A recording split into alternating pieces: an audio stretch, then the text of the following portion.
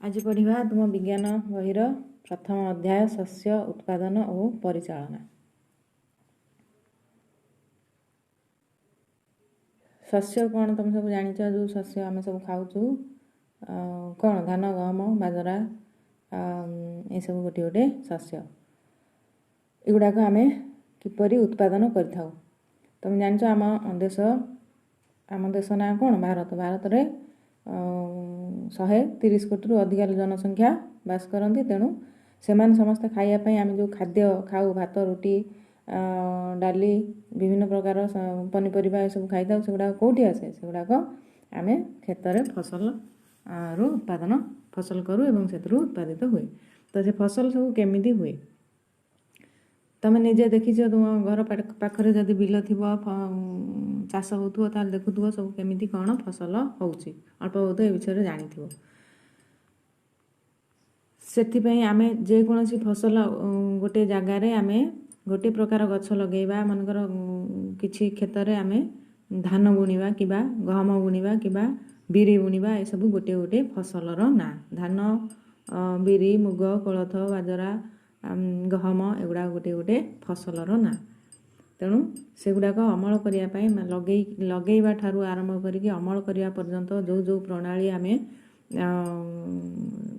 दरकार होता है सेगुड़ाक कौन कहती ना कृषि प्रणाली बोली कह जाए। से सोपान देकी बा से स्टेप देकी आम अमल पर्यंत से फसल को अमल करने पर्यंत जाई था। तो आम तो जानी जे पूर्व काल रे लोक मैंने केमी चाष करते बलद देहरे लंगल जोतिकी हल करते हल करी पारंपरिक रीति रे बिहन बुणिकी ताकू पानी मड़ेकी चाष करते किंतु एबे सब आधुनिक जुगरे विभिन्न प्रकार जंत्रपाति बाहर जो थे कि पानी मड़ा ठारू आरंभ करी बिहन बुणवा ठारू आरंभ करी सार ए सबू नूतन ढांचारे आधुनिक शैली आम ताकू उपयोग क्षेत्र में उपयोग करुचु एवं धान फसल अमल हवा पर्यंत जेकोसी फसल अमल हवा पर्यंत आम आधुनिक जंत्रपाति ताकू अमल कर पारछु। तो ये देख तुम कौन देची कृषि प्रणाली गुड़िक कौन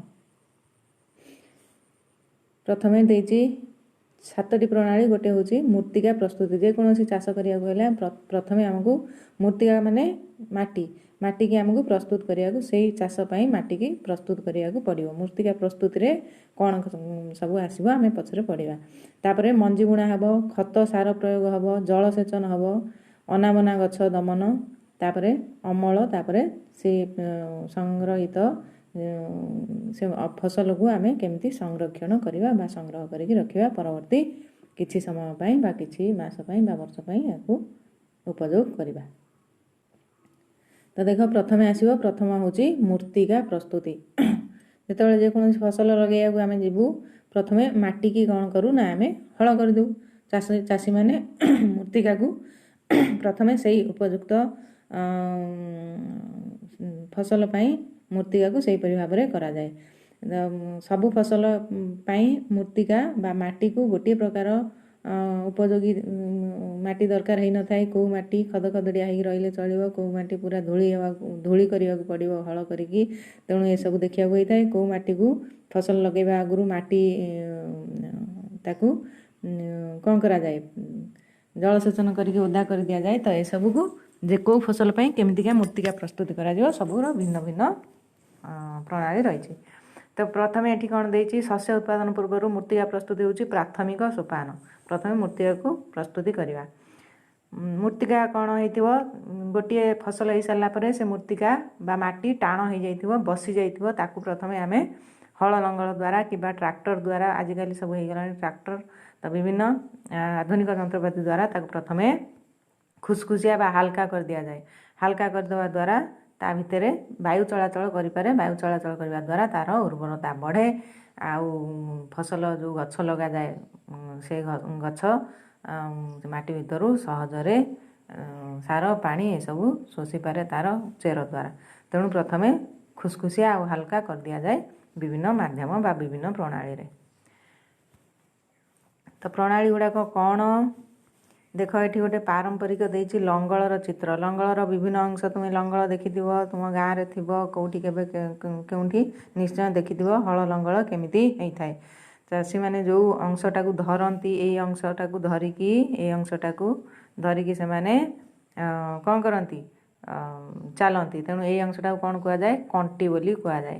तापरे आसिला जो अंशटारे माटी को खोली खोलिका जाए एटा एटा गोटे लुहा लगी थाए याकू कौन कुआ जाए लंगल फाड़ बोली कुआ जाए। तापरे आसिला ए बाड़ीटी एठी जो लगी याकू कुआ जाए ईश। तेणु ए ईश उपरे जमती एठी तल चित्र रे देखुच लंगल पछरे अछि किए कृषक दीटा बलद जोता होती। बलद उपरे बेक उपरे जो पड़ी जो लुहा बा काठर येटा सेटा कौन कह जाए जुआली कह जाए। तो ये तुम्हें यहाँ हूँ लंगलर हल लंगलर चित्र। यही भाव में यहाँ हूँ पारंपरिक शैली जो थे कि माटी को खुसखुसिया कर दि जाए जहाँफल कि वायु चलाचल कर माटी हल्का हो। आउ केमती करी हुए ना कल्टीवेटर। कल्टीवेटर कौन कल्टीवेटर हूँ गोटे जंत्र जहाँ को ट्रैक्टर तुम्हें देखिथो ट्रैक्टर द्वारा से जचा जाइकी बा ताकू कनेक्ट करा जाइकी ताधरे कौन करा जाए ना हल करा जाए चाष जमी की हल करा जाए। आ गोटे हूँ पावर टिलर। पावर टिलर मध्य एक प्रकार जंत्र जोटा को से गुड़ा सब आधुनिक जंत्रपाति। गोटे हूँ ट्रैक्टर कल्टीवेटर आ गोटे हूँ पावर टिलर। या द्वारा मध्य माटी को खुसखुसिया कर दिया जाए।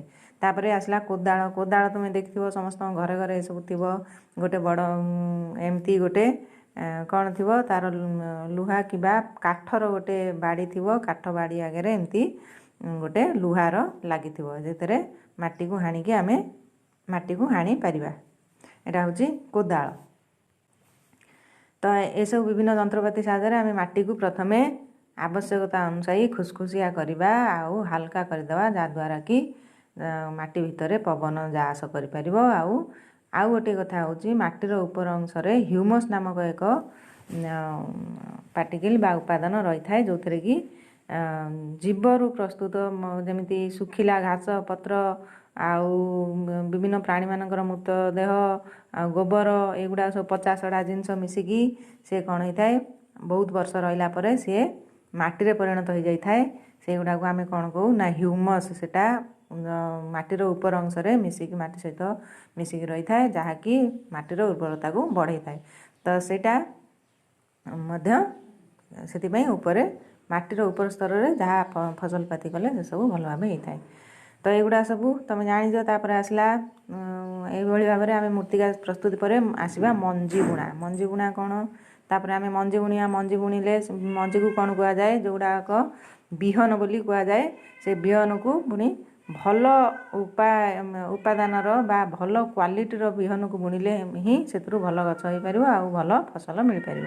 तेणु ये कौन लिखाई फसल उत्पादन में मंजी बुणा सबुठारु बेसी गुरुत्वपूर्ण। मंजी बुणवा पूर्वर उन्नत मानर बिहन बाछिबा दरकार। उन्नत मानर बिहन अधिक अमलक्षम।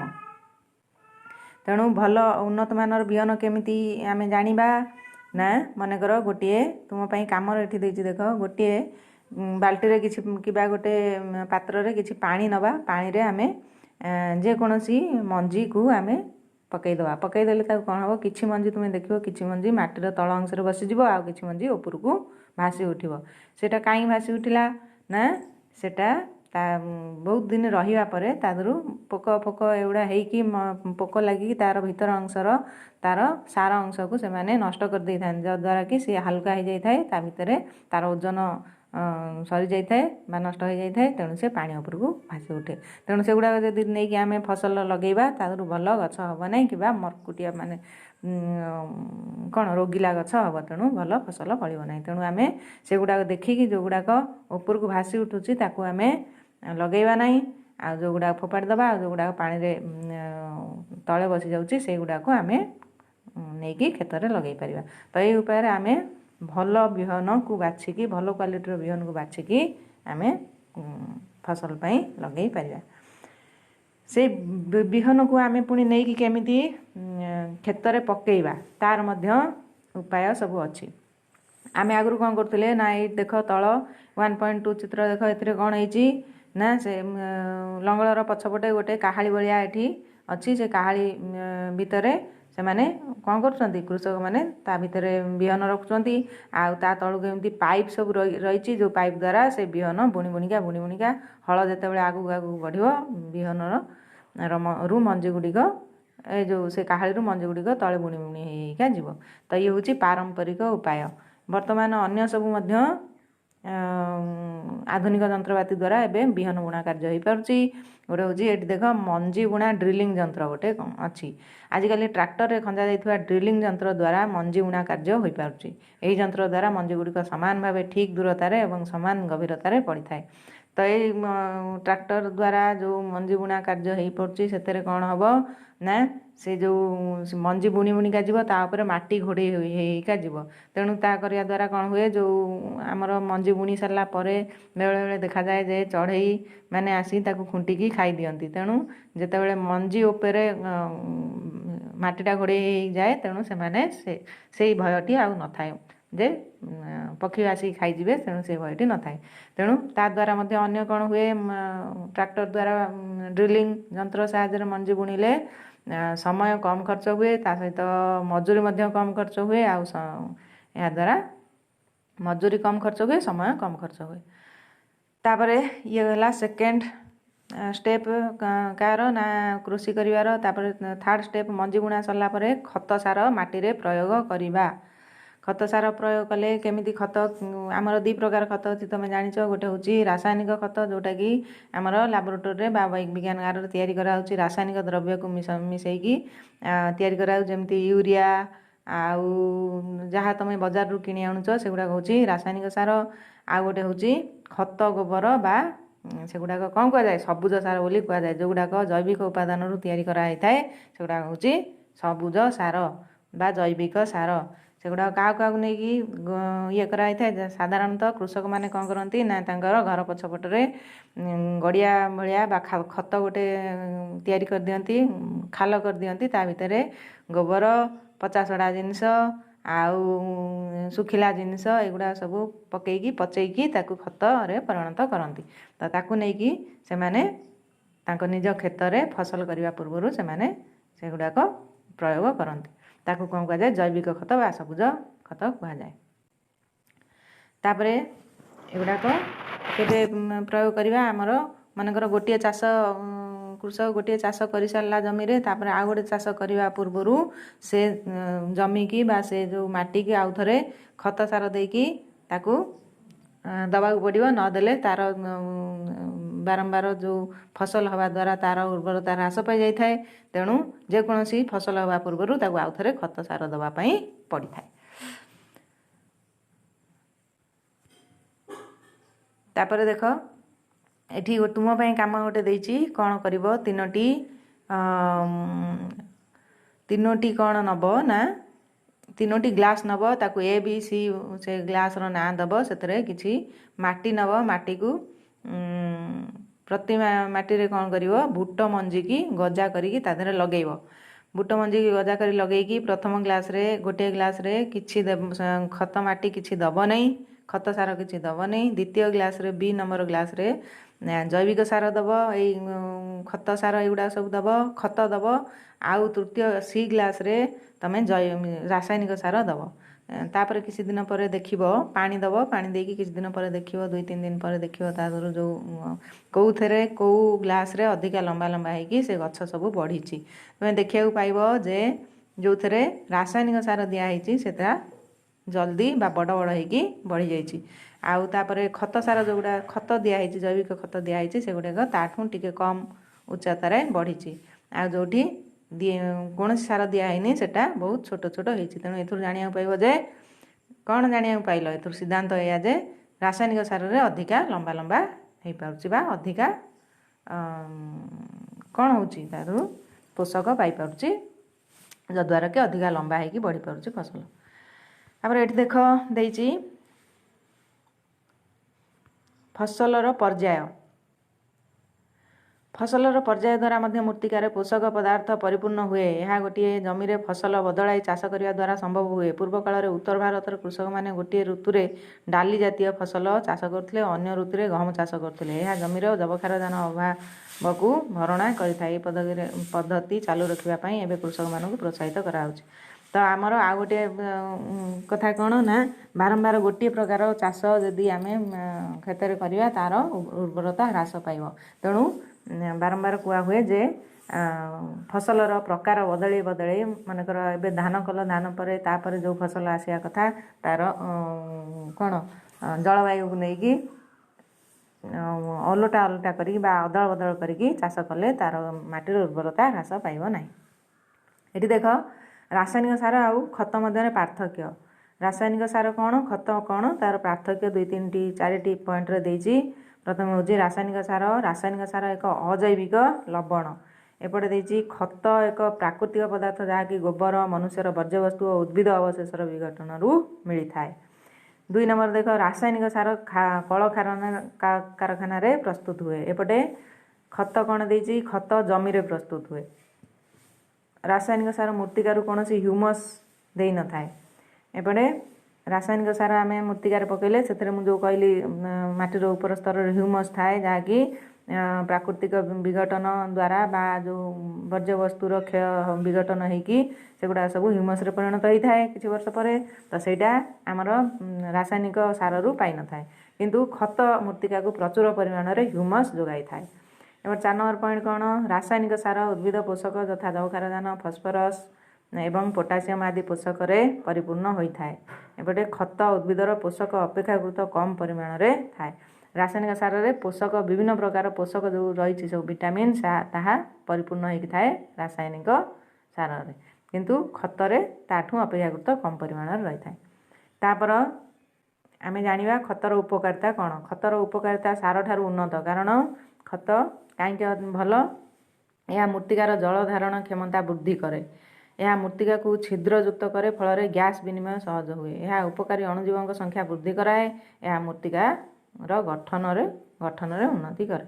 ତେଣୁ ଆମେ ରାସାୟନିକ ସାର ବାରମ୍ବାର ପ୍ରୟୋଗ କଲେ ବା ଅଧିକା ପ୍ରୟୋଗ କଲେ ଧୀରେ ଧୀରେ କ'ଣ ହୁଏ ନା, ମାଟିର ଉର୍ବରତା ନଷ୍ଟ ହୋଇଯାଏ ବା ସେଇଟା ବିଷାକ୍ତ ହୋଇଯାଏ, କିନ୍ତୁ ଖତରେ ସେମିତି କିଛି ହୁଏ ନାହିଁ, ତା'ର ଉର୍ବରତା ନଷ୍ଟ ହୁଏ ନାହିଁ। ତେଣୁ ଖତଟା ସବୁଠୁ ରାସାୟନିକ ସାରଠୁ ଭଲ। ଆଉ ଏଇ 4 ପଏଣ୍ଟ ତୁମେ ମନେ ରଖିବ।